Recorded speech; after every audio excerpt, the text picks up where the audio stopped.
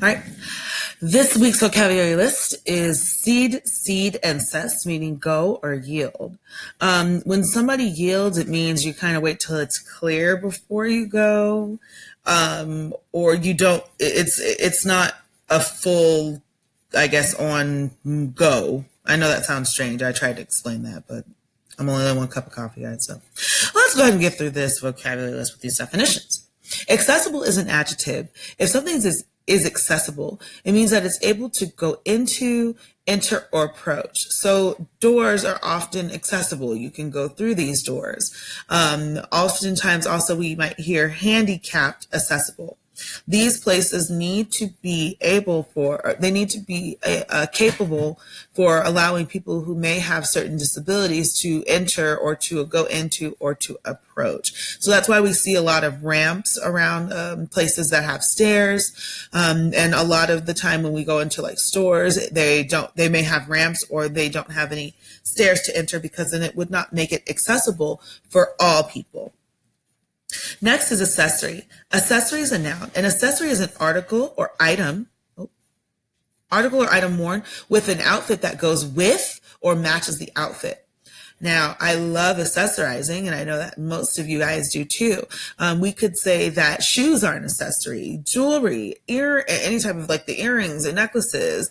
We could say even hair accessories.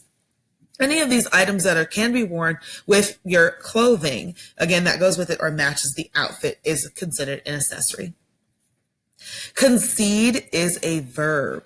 When we concede, it means to yield to an opponent that one has lost, to give in, and to admit that something is true and valid.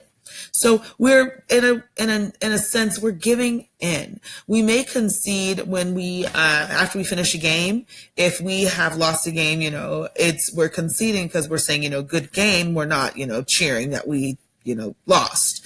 If you're giving in, again, that's kind of going in the same thing. You're giving in that you have lost that opponent. And then again, to admit that something is true and valid, that's also the meaning for concede. So we're admitting that it's true, we're admitting that it's real. Next is exceed. Exceed is a verb. If you exceed something, you go or be beyond the limit or expectations. So you may, when I think of this word, I think of exceeding the speed limit. Maybe your parents exceed the speed limit too, It says 45, but my car looks like it says about 55. Do not exceed the speed limit. You will get a ticket if you get caught by the traffic cops. Sorry, I call them traffic stops. So moving on with exceed, that's a verb. Intercede is a verb. Intercede means to meditate, to go between people, to help them reach an agreement. Oftentimes we could think of this as mediating, like peer mediation. Sometimes we need a third party in order to help two other parties reach an agreement. We could say that lawyers do this on a daily basis. There are two arguments going in between two or more people, and they come in to help, again, mediate and have them reach an agreement, so that way all parties involved are, maybe getting the same fair treatment, or that all parties involved are getting what they're rightfully agreed to have. Precede is a verb, and we see the pre, we know that means before. So when we precede something, it means to go before something else in time, order, place, or rank. I think of your alphabetical order by your last names when I'm looking at Infinite Campus or I'm looking at your rosters. I know that there are students that go before or precede before certain students. So sometimes when I'm putting in grades, sometimes when I'm looking for a name, I will go down and say, I went too far because I know that this person's name precedes the letter that I'm looking at right now, but in this person's last name. You could even think about in line, like who goes before you in line, or order, place, or rank. Thinking about your siblings, who precedes you, or are you the first sibling. Nobody precedes me in my family because I'm the eldest sibling. But I would precede my little sister, and then my little sister would precede my baby sister. Proceed is a verb. To proceed means to keep on going, to go ahead with something, to move along. If your parents were to say stop, you may stop. I hope you stop. And if they say proceed, you would continue about what you were going to do, or you may move along. Someone will say, okay, proceed with what you were about to do, proceed with your daily activity. That means, oh, I can keep going.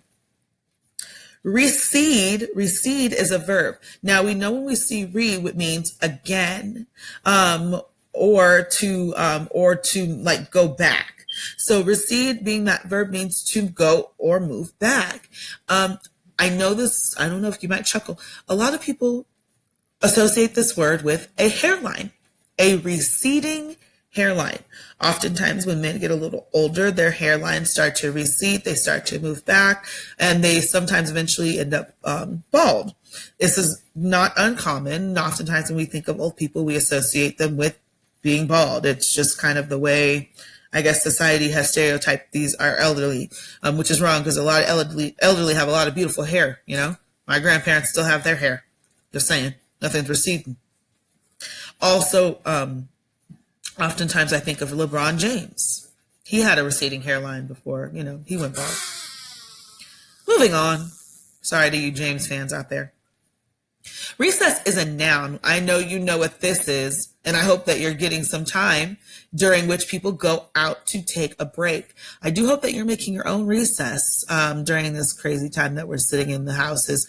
But again, taking a break, going outside, maybe not even just running around, but just taking time where you're not working and you're having your own recess. Successor is a noun. A person who goes after someone else, usually related to a person taking over a job that is of higher rank. I automatically think of Queen Elizabeth. Her successor is Prince William. If she does pass on, then he would become King of England. So that is your word list for this week. And now for your vocabulary challenge. You may take 5 of these words. You can take the first 5, you can take the second 5, you can take a mixture of 5, whatever 5 words that you choose. I would like you to create a rap song. You can just type out the lyrics. You can record yourself. You could do a video of doing the words, whichever media you prefer. If you have like a guitar or something, you want to show me your skills on your guitar or any type of instrument that you have, then you can complete that vocabulary challenge that way. Okay. Be creative and have fun with this, but I do want to hear at least 5 words. You want to use all 10? Well, I'm not going to stop you from exceeding the limit. Do you see what I did there? All right. Good luck, everyone. Take care. Study, study, study, just so you can get better and have more words in your vocabulary. Bye.